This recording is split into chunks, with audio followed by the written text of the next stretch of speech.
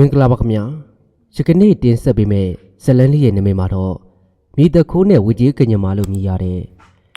တတိတန်ဝေကားရပွေရာဇလန်းကောင်းလေးတစ်ပုဒ်ကိုပြောပြတင်ဆက်ပေးသွားမှာပဲဖြစ်ပါတယ်ခင်ဗျာဇလန်းလေးကိုအဆုံးထိနားဆင်အားပေးလိုက်ပါလာကြပါအောင်ခင်ဗျာဤရက်ွက်တဲ့စတင်၍မြေကွက်လက်ချပေးတဲ့1950ခုနှစ်မှာယခုအထိ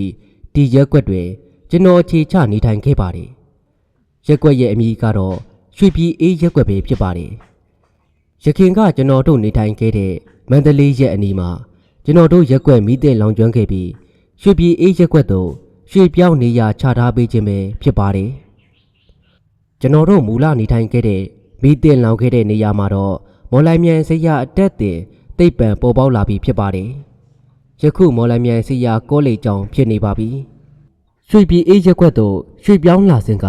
ကျွန်တော်ကလေးအရွယ်သားဖြစ်ပါတယ်။ကျောင်းကတော့မထားရသေးပါ။ရွှေပြည်အေးရက်ွက်မှာရှိတဲ့ကျွန်တော်တို့အိမ်နဲ့မျက်နှာချင်းဆိုင်မြေကွက်လိုက်တွင်ဦးကျော်ရွှေနဲ့ဦးဆက်ရင်တို့ချန်ချင်းကလေးရဲ့နေထိုင်ကြပါတယ်။ဦးကျော်ရွှေမှာတော့တရားသမားလေးဖြစ်ပါတယ်။စိတ်ထားနူးညံ့သိမ်မွေ့ပြီးတော့သဘောထားလည်းကောင်းသူဖြစ်တယ်။ဦးဆက်ရင်မှာတော့ထို့သို့မဟုတ်ပေ။ဦးကျော်ရွှေနဲ့စန့်ကျင်ဘက်စိတ်ထားမျိုးကတော့ရှိတော့တယ်။ဦးဆိုင်ရင်မှာစိတ်သဘောထားကောက်ကျစ်ဆင်းလဲသူဖြစ်ပါတယ်။ဦးကျော်ရွှေမှာတော့ကျွန်တော်တို့တူသားတစ်ဖွဲချစ်ခင်သူလည်းဖြစ်တယ်။ဦးကျော်ရွှေဖျားသွားကြောင်းတဲ့တိုင်းမှာတော့ကျွန်တော်တို့ပါနေကြလဲဖြစ်တော့တယ်။ဦးကျော်ရွှေမှာဇနီးကွယ်လွန်ပြီးတဲ့နောက်ပိုင်းသမီးငယ်တဦးနဲ့အတူနေထိုင်သူလည်းဖြစ်တယ်။ချန်ချင်းကလေးရဲ့ဦးဆိုင်ရင်မှာလည်းမုတ်ဆိုးပူကြီးဖြစ်ပါတယ်။သားတယောက်ကတော့ရှိပါတယ်။သားဖြစ်သူကတဝဲဘက်တွင်တွားရောက်အလုပ်လုပ်ကင်နေပါတယ်။ဦးဆိုင်ရင်တဦးတည်းသာအိမ်တွင်းနေထိုင်လျက်ရှိပါတယ်။ဒီနေ့မှာဦးကျော်ရွှေအိမ်သို့ကျွန်တော်ရောက်နေစဉ်ပဲဖြစ်ပါတယ်။တစ်ဖက်ချန်ချင်းကလေးရဲ့ဦးဆိုင်ရင်ကချန်စီယိုအဟောင်းကိုဖြတ်ပြီးတော့ချန်စီယိုအစ်ကာရနေချိန်ဖြစ်ပါတယ်။ကျွန်တော်တို့ရွှေပြည်အေးရက်ွက်သို့ရွှေပြောင်းလာစဉ်ကပင်ချန်စီယိုအမတ်အသားအဖြစ်နဲ့တရက်ပင်အုံးပင်များစိုက်ပျိုးထားကြတယ်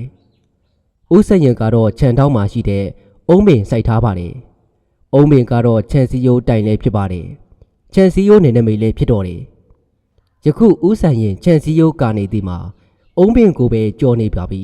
။ဦးကျော်ရွှေခြံဘက်သို့ရောက်နေခဲ့ပါတယ်။ဦးကျော်ရွှေကဦးဆိုင်ရင်ကိုလှမ်းပြီးတော့မေးပါတယ်။ကိုဆိုင်ရင်ခြံခက်တာကျွန်တော်မြည်တဲ့ရောက်နေပြီလေ။ကြည့်ပါဦး။ဟာမရောက်ပါဘူး။ဘာဖြစ်လို့လဲ။ခမည်းကမကြည့်နဲ့လို့လား။ကျွန်တော်မိတဲ့ရောက်မရောက်ခမည်းသိပါတယ်မြေတထွားတမိုက်လောက်နဲ့တည်ရင်လဲကို့နောက်ပါမှာမဟုတ်ဘူးခမည်းစိတ်ချမ်းသာသာလောက်ပါဦးကျော်ရွှေမှာတရားရှိသူဖြစ်ပြီးဦးစံရင်ကိုခွတ်တော့ခုတ်ပြန်မပြောတော့ပဲနေပါတယ်ဦးစံရင်ကတော့ဆက်လက်ပြီးတော့ချန်ကာပါတယ်ဦးကျော်ရွှေသမီးကမနေနိုင်တော့ဘဲနဲ့ဝင်ပြောတယ်အဖေကတော်တော်သီးခံနေပါလားကို့ဘက်လဲချန်စီကိုကလိုက်ပါလားသူတို့ကားနေပြီလေချန်စီကိုကသူတို့ချန်စီကိုကတာသမီးတို့ပဲကြော်လာလို့ပြောတာပါဖေရဲ့ထားလိုက်ပါငါသမီးသူ့ရဲ့စေတနာသူ့ကိုကြိုးပေးလိုက်မယ်လောဘနဲ့သိရင်တော့ဘာဖြစ်မလဲဆိုတာသမီးသိပါတယ်အဖေတော်မှမပြောတာသမီးလည်းပြောမနေပါနဲ့ဒီလိုနဲ့ပဲဦးစံရင်ကချန်စီယိုတစ်ခါကတိုင်းမှာမတိမတာဦးကျော်ရွှေဘက်သို့တိုးပြီးတော့ချန်စီယိုခတ်ပါတယ်ယခုဆိုလည်းရင်တော့1000ခန့်လောက်ရှိနေပြီဖြစ်တယ်မူလစိုက်ပျိုးထားခဲ့တဲ့ချန်စီယိုအမတ်သားဖြစ်တဲ့အုံးပင်နဲ့1000ခန့်ကွာလာခဲ့ပြီဖြစ်ပါတယ်။3-4နှစ်အကြာမှာတော့ဦးစံရင်ကချန်စီယိုအစ်စ်ပြန်ကားပြန်နေ။ဦးစံရင်ကအကျဉ်သမားလောဘသမားဖြစ်ပါတယ်။ချန်စီယိုပြန်ကားတိုင်းမှာတော့မြေအနှဲငယ်တူပြီးတော့ယူပါတယ်။ယခု1000ကျော်နေသဖြင့်တိတိတသာဖြစ်လာပါတယ်။တခါမှာတော့ဦးစံရင်ချန်စီယိုကာနေစင်မှာပဲဦးကျော်ရွှေကမပြောစဘူးပြောလိုက်ပါတယ်။နေအောင်ဒီမှာကိုစံရင်ခမည်းကတဲ့ချန်စီယိုက1000လောက်ကျုံမြေတဲ့ကိုရောက်နေပြီခမည်းသိချာကြည့်ဘယ်ကားတာဗျာမဟုတ်ပါဘူးခမည်းလေးမျက်စိပါရဲ့ကြည့်ပါလားခမည်းခြံထောက်ကအုံးမင်ကိုကြည့်အောင်လေအရင်ကအုံးမင်ကချန်စီယိုပဲဗျချန်စီယိုကအုံးဖိနဲ့1000လောက်တောင်ကွာနေပြီဘာလေခမည်းကမကြည့်နဲ့ဘူးဆိုရင်ဆိုင်ရာကိုသွားတိုင်နေကျုပ်ကတော့မတိုင်ပါဘူးခမည်းလုတ်ပေါင်သိအောင်လို့ပြောပြတာအုံးပင်ကတော့တက်သေးပဲဒီအုံးပင်ကြောင့်လားခမည်းပြောတာပေါ့ ထို့သို့ပြောဆိုပြီးတဲ့နောက်မှာတော့ဦးစံရင်ကသူ့ကြံထောက်အုံးပင်ကိုခုတ်လဲလိုက်ပါတယ်။၃နှစ်၄နှစ်အကြာမှာတော့ခြံစည်းရိုးပြန်ပြီးတော့ကပါတယ်။ခြံစည်းရိုးခြံမြေထွက်မှုတိတိတတ်တာဖြစ်လာပါတယ်။မျက်နှာချင်းဆိုင်မှာကျွန်တော်တို့အပါအဝင်အိမ်နီးနားချင်းများကလည်းထိုကိစ္စကိုသိလာကြတယ်။ဦးကျော်ရွှေကမပြောတော့လေအိမ်နီးနားချင်းများကမခံနိုင်လို့ဦးကျော်ရွှေဘက်မှလိုက်ပြီးတော့ပြောကြတယ်။အုံးပင်အမြစ်ကတက်တည်ရှိနေတော့လေဦးစံရင်ကတော့အင်းမဟုတ်ပါဝင်ပြီးတော့မခံခဲ့ပါမြေပိုင်ရှင်ဖြစ်သောဦးကျော်ရွှေကမပြောသဖြင့်ကြံသူများကပါမပြောတော့ပါမခံခြင်းလုံးလို့ဦးကျော်ရွှေကိုပြောကြတိုင်းသူ့လောဘကသူ့ကိုစီရင်သွားပါလိမ့်မယ်လို့သာပြောလိမ့်ရှိပါတယ်ယခုတဖန်မှာတော့မခံခြင်းသူအင်းနီးနာချင်းကဦးကျော်ရွှေကိုပြောကြပြန်ပါတယ်ဟိုဘက်ခြံကဦးစံရင်ချမ်းကားတာဦးလေးချံဘက်ကိုကြောနေပြီလေမပြောတော့ဘူးလားတီးခတ်နေမှလားဒါလားမပြောကြပါနဲ့ဒီလောက်မြေကလေးတည်ရင်ကို့နောက်မှာပါတာမဟုတ်ဘူးလောဘနဲ့တည်ရင်တော့ပိတ်တာဖြစ်လိမ့်မယ်ငါသူ့ကြောင့်ဒေါသလည်းမဖြစ်ချင်ဘူးဒေါသနဲ့တည်ရင်တော့ငါငရေကြလိမ့်အောင်မယ်ချမ်းမြေခိုးတာတွေပြီးတော့မောဟတွေမဖြစ်ချင်ဘူးမောဟနဲ့တည်ရင်တော့တတိဆန်ဘွားရောက်လိမ့်အောင်မယ်လူရဲ့အညစ်အကြေးတွေနဲ့ညစ်ပတ်နေရင်တီလားနဲ့စီမစင်ကြယ်တာကွစင်ရင်ကတီလားရှိသူမှမဟုတ်တာသူ့စိတ်ကမစင်ကျင်တော့အခုလိုလုပ်တာမဆန်းပါဘူးဦးကျော်ရှိကမိမိချမ်းမြေကျူးကျော်ခံရသည်ကို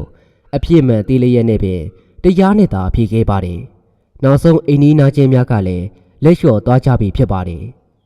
မိသူမြပင်ဝေမပြောကြတော့ပါဦးကျော်ရှိကတရားအလုပ်သာဆက်ပြီးတော့လုပ်ခဲ့ပါတယ်တရားစခန်းဝင်ခြင်းဆရာတော်များနဲ့ခရီးထွက်ခြင်းဖျားဖူးထွက်ခြင်းများနဲ့သာအချိန်ကုန်ခဲ့ပါတယ်ဦးကျော်ရှိကတရားသမားသူပြီးအမြဲတမ်းတီးခံနေပါတယ်ပင်စီခုတ်လဲပြီးတော့လေအုံးပေအမြစ်ကကြံ့နေခဲ့ပါတယ်အုံးပေအမြစ်များကခြံစည်းရိုးကိုပြနေပါတယ်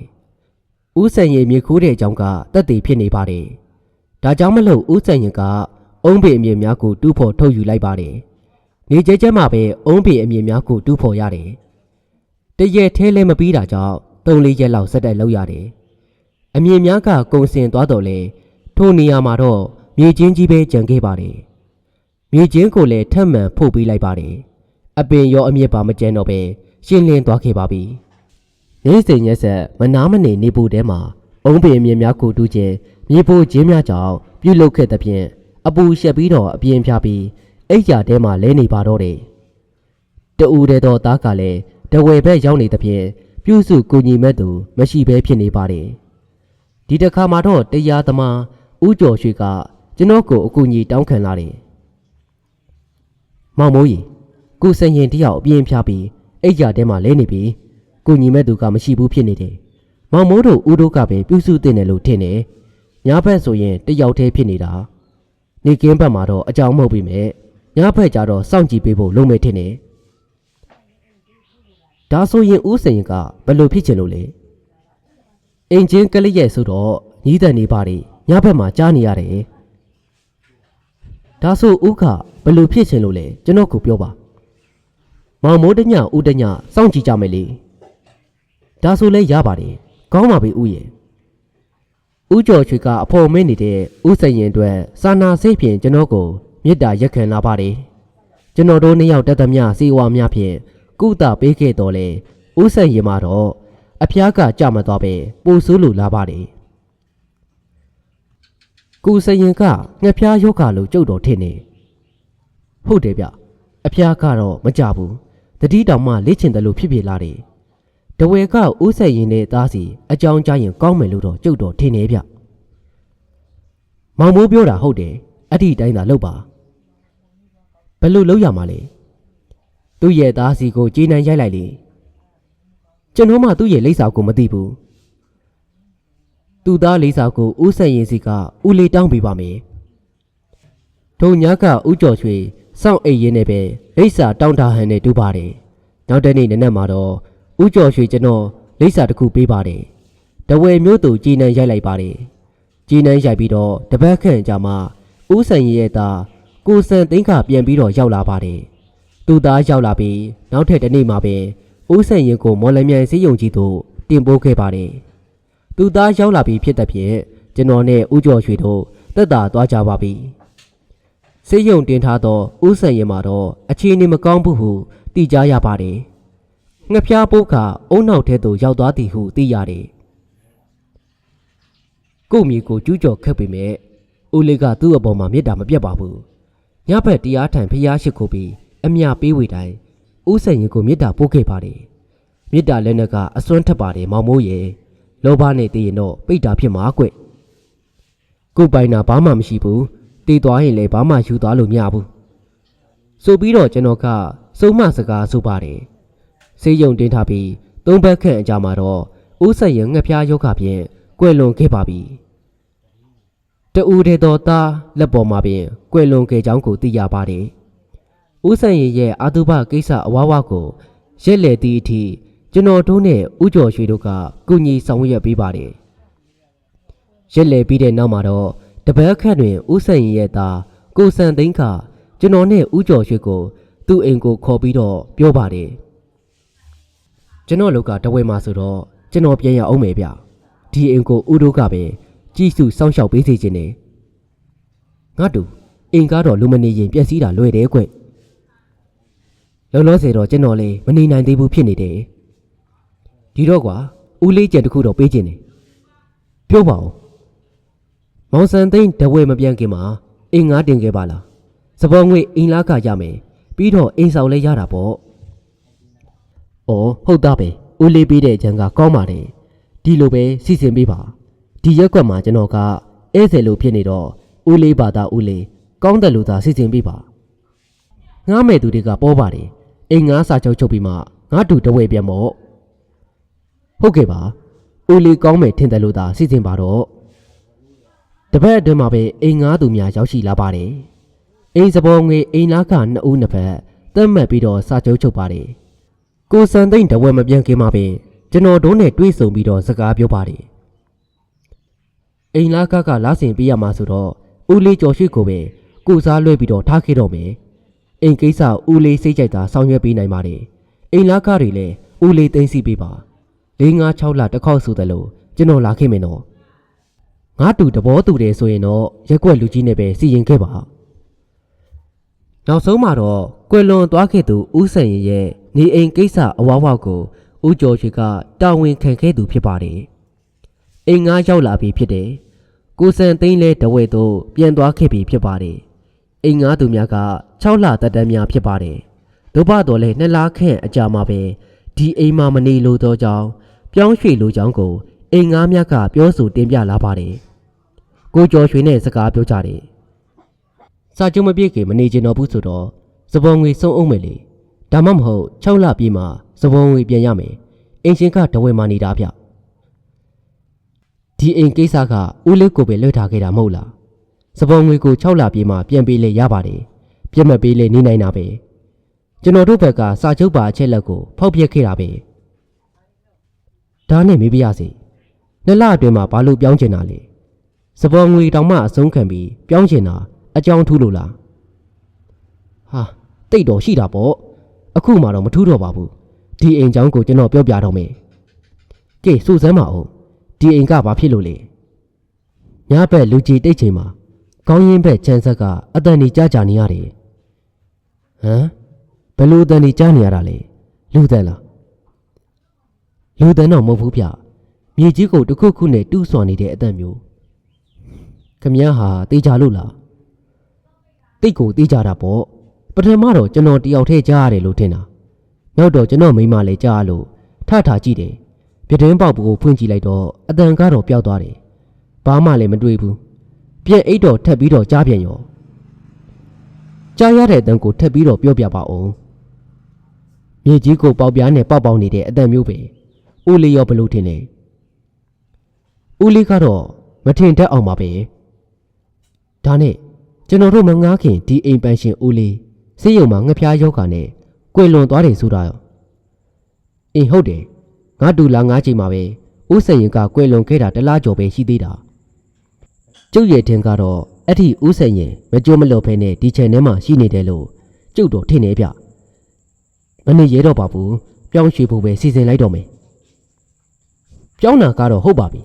တင်ထားတဲ့စပေါ်ငွေကလောလောဆယ်နောက်အိမ်ငှားတက်မှပြန်ပေးနိုင်မှာအင်ရှင်ကတဝဲမာလီရပါတယ်ဗျာနောက်အိမ်ငှားတက်မှပဲစပေါ်ငွေကိုပြန်လာပြီးတော့ယူတော့မယ်ကျွန်တော်ဒီနေ့ပဲပြောင်းတော့မယ်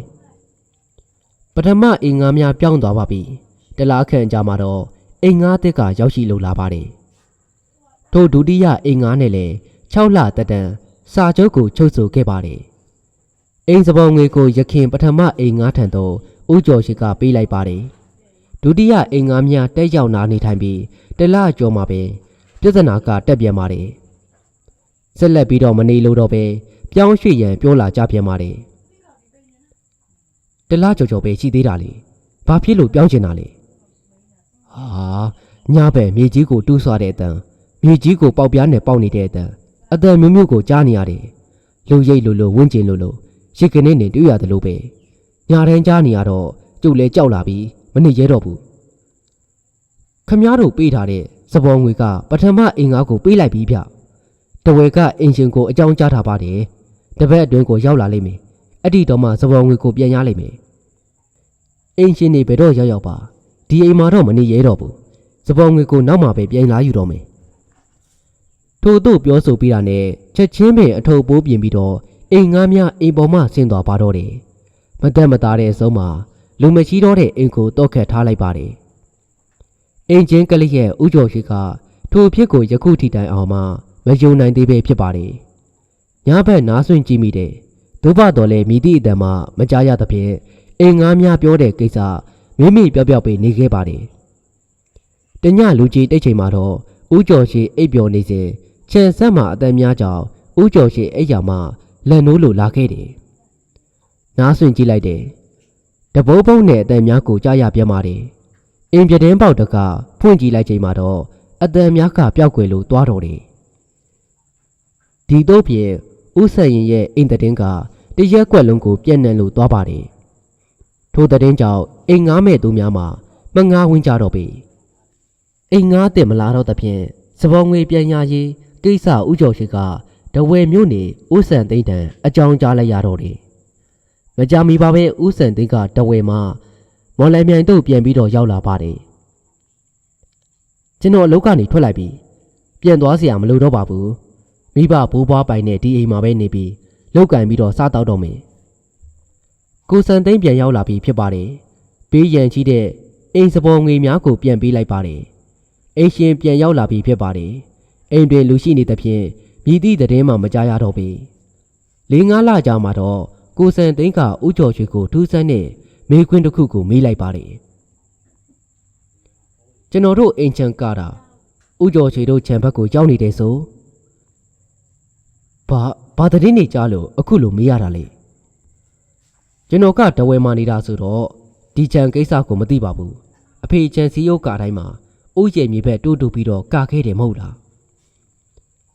မောင်စံသိန်းဖေကွင်လွန်သွားခဲ့ပြီလေမောင်စံသိန်းကိုဒီမှာမနေဘူးဘယ်သူကပြောတာလဲဒါဆိုအဖေချန်ကာတာဦးလေးမြေကိုခုတ်ယူခဲ့တာပေါ့ဟုတ်ပါတယ်ကွယ်အမတ်သားဖြစ်တဲ့မင်းတို့ချန်တောက်ကအုံးမင်းကိုခုတ်လဲပြီးတော့အမြစ်ပါတူးပြခဲ့တာတကိုင်းကြော်လောက်ဦးလေးမြေတဲ့ကိုရောက်နေတာကွဩဒါကြောင့်ကိုဆိုတာမင်းဘာကိုဆိုလို့တာလေအဖေကြောင့်ဥယျာဉ်မြေကိုခုတ်ပြီးခြံခက်တဲ့ကိစ္စသိခဲ့ရတာဘာပဲလို့မင်းအဖေကြောင့်ခြံမြေခိုးတဲ့ကိစ္စသိခဲ့ရတာဟုတ်လားဟုတ်ပါတယ်အဖေကြောင့်ပါဘယ်လိုသိရတာလဲအဖေကကျွန်တော်ကိုအိမ်မက်ပေးခဲ့တာလေဘာကိုစရင်ကအိမ်မက်ပေးခဲ့တာအော်ဖို့တော့ကောင်းလိုက်တာလှုပ်ဆမ်းမအောင်ပြောပြစမ်းပါအိမ်မက်ကြောင့်ကတော့ပြောပြခြင်းလို့ဦးလေးကိုအခုလိုအသိပေးရတာပဲကျွန်တော်အိမ်မက်ကဒီလိုပါငါသားထပါအောင်ဟင်အဖေပါလားဘာလာလို့တာလဲတားကိုအကူကြီးတောင်းရင်လို့လာခဲ့တာပဲတားကဘာကိုကူညီပေးရမှာလဲအဖေပြောပါအဖေပြောမှာတော့ရှက်တယ်ဒါပေမဲ့မနေတာတော့အဖေပြောတော့မယ်အဖေမသိခင်မှာချန်စီယိုကာတိုင်းဟိုဘက်ကကြော်ရွှေ့ဘက်ကိုတိုးပြီးတော့ကခဲ့မိတယ်သူတစ်ပါးမြေကိုကိုယ်ပိုင်မြေလုတ်ခဲ့မိတာပေါ့သူ့မြေကိုခုတ်ယူခဲ့တာကျော်ရှိကဘာမှတော့မပြောတဲ့အပြင်အဖေကိုတော့မှမေတ္တာပို့ခဲ့သေးတယ် ပြုတ်ခဲ့တဲ့မကောင်းမှုကံဝကြီးတွေကိုအဖေပြန်ခံနေရပြီငါသားအဖေဘယ်လိုခံနေရတာလဲညဘက်လူကြီးတိတ်ချိန်မှာမြေကြီးကိုပေါက်ပြားနဲ့ပေါက်ပြီးတော့သူ့ရဲ့ခြံထဲကိုပြန်ပြီးပို့ပေးနေရတယ်ညတိုင်းဖို့နေလဲမကုန်နိုင်ပါဘူးညတိုင်းဆိုတော့အဖေမောလာပြီငါသားနေ့လည်ခင်းဘက်ဆိုရင်လူတွေသိမှဆိုလို့ညဘက်လောက်ရတာဒါကြောင့်အိမ်ငါးတွေကညဘက်မြေကြီးကိုပေါက်ပြားနဲ့ပေါက်တဲ့အတန်နေကြားနေရတယ်လို့ပြောကြတာညဘက်ပေါက်ပြားနဲ့မြေကြီးကိုပေါက်နေတဲ့အတန်ကြားတော့ဒီအိမ်မှာမနေဝင်းတော့ပဲနဲ့စာကြုံမစိခင်မှာပဲပြန်ပြောင်းပြီးတော့ပြေးတာပေါ့ငါသားရဲ့အဖေလဲကြော်ရွှေ့ရဲ့မြေကိုပေါက်ပြားနဲ့ပေါက်ပြီးသူ့ရဲ့နေရာပြန်ပို့နေရတဲ့ဝက်ကနေကြွကျင်နေပြီဒါကြောင့်ငါသားကအဖေကိုကူညီမှဖြစ်တော့မယ်ကျုပ်ကဘယ်လိုကူညီပေးရမှာလဲပြောပါဖေအဖေရဲ့ကိုစားကြော်ရွှေ့မြေကိုပြန်ပေးလိုက်ပါငါသားဘယ်လိုပေးရမှာလဲအခုကာထားတဲ့ခြံစည်းရိုးကိုပြက်ပြီးတကိုက်ကြော်လောက်နောက်ကိုပြန်ဆုပ်ပြီးတော့ပြန်ကာပေးလိုက်ပါကြော်ရွှေ့ကိုလည်းအဖြစ်မှန်ပြန်ပြောလိုက်ပါအဖေကသူ့မြေကိုပြန်လို့ကျင်တော့ခြံစည်းရိုးအမတ်သားဖြစ်တဲ့အုံးမြင့်ကိုခုတ်လဲခဲ့တယ်အမြင့်ပါမကြအောင်လို့တူးပစ်ခဲ့တာပေါ့ဒီလောဘစိတ်ကြောင့်ပိတ်တာဘွားကိုရောက်နေတာတော့မြေကြီးတွေပေါက်ပြီးတော့နေရဟောင်းကိုပြန်ပို့ပေးနေရတယ်မပီးနိုင်အောင်လို့ဝကြွေးဆက်နေရတယ်သူ့ရဲ့မြေကြီးတွေကိုပြန်ပေးလိုက်ပါငါသားစိတ်ချပါအဖေပြောတဲ့အတိုင်းကျွန်တော်လုပ်ပေးပါမယ်နေအောင်ကြံသေးတယ်ငါသားအဖေလွတ်ရကြွရသွားနိုင်ဖို့ဒါနာပြုပြီးတော့အမြတမ်းမြပေးဝေပါငါသားတားခအဲ့လိုလုံးမပေးရဘူးဆိုရင်အဖေမကြွမလွတ်ပဲညာတိုင်းမြေကြီးတွေကိုပေါက်ပြီးဟိုဘဲချံကိုပို့နေရအောင်မယ်ကုညီပေးပါနော်စိတ်ချပါဖေအဖေမာတာဒီအားလုံးတားလုပ်ပေးပါမယ်ကျေးဇူးပါငါသားအဖေသွားတော့မယ်မောင်ဆန်သိန်းကအိမ်မက်အကြောင်းကိုအပြည့်အစုံပဲပြောပြလိုက်ပါတယ်မင်းရဲ့အိမ်မက်ကစမ်းကြယ်ပြီးအံ့ဩဖို့တော့ကောင်းတယ်မောင်ဆန်သိန်းဘယ်လိုဆက်လုပ်မယ်စိတ်ကူးထားလေအဖေကသူ့ရဲ့လောဘစိတ်ကြောင့်မကြုံမလွတ်နိုင်ပဲနဲ့သူ့ရဲ့ဝင့်ကျင်ဒီချန်ထဲမှာရှိနေတာများတော့မပြောတတ်ဘူးအခုချက်ချင်းပဲဥယျာဉ်မြေကိုပြန်ပေးပါမယ်ခြံစည်းကိုဟိုးရင်ကဥယျာဉ်မြေရှိတဲ့အတိုင်းနောက်ဆုတ်ပြီးတော့ပြန်ကာပေးပါမယ်အဖေရဲ့ကိုစားကျွန်တော်တောင်းပန်ပါတယ်ဦးကအစကတည်းကခွင့်လွှတ်ထားတာပါမောင်ဆန်သိန်းအဖေလောက်ရကြောက်အိမ်နီးနားချင်းတွေပြောတာတောင်မှဦးလေးသီးခံခဲ့တယ်လူလောကအကျိုးပေးလိမ့်မယ်ဆိုပြီးတရားနဲ့ဆင်ခြင်ခဲ့တာပါအခုအိမ်မက်ပြီးတယ်ဆိုတော့ဥဖြင့်မယုံတော့မယုံနိုင်ပါဘူးနောက်တစ်နေ့မှာပင်ကိုစံသိန်းကအဖေကာယံထားတဲ့ခြံစည်းရိုးကိုဖျက်ပြီးတော့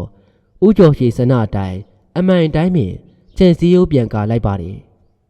တန်ဃာတော်များပင့်ဖိတ်ပြီးစွန့်ကြွေးဒါနာအမြတမ်းများပေးဝေပြီးတဲ့နောက်ပိုင်းညာဘက်တွင်လူကြီးတိတ်ချိန်ကြားကြနေရတဲ့မြေကြီးတူးတဲ့မြေကြီးကိုပေါက်ပြားနဲ့ပေါက်နေတဲ့အတန်များလုံးဝကိုမကြားရတော့ပေလောဘသားဥဆိုင်ရင်တယောက်ကျွတ်လွတ်ကြောင်းသွားနိုင်ခဲ့ပြီးထင်ပါတယ်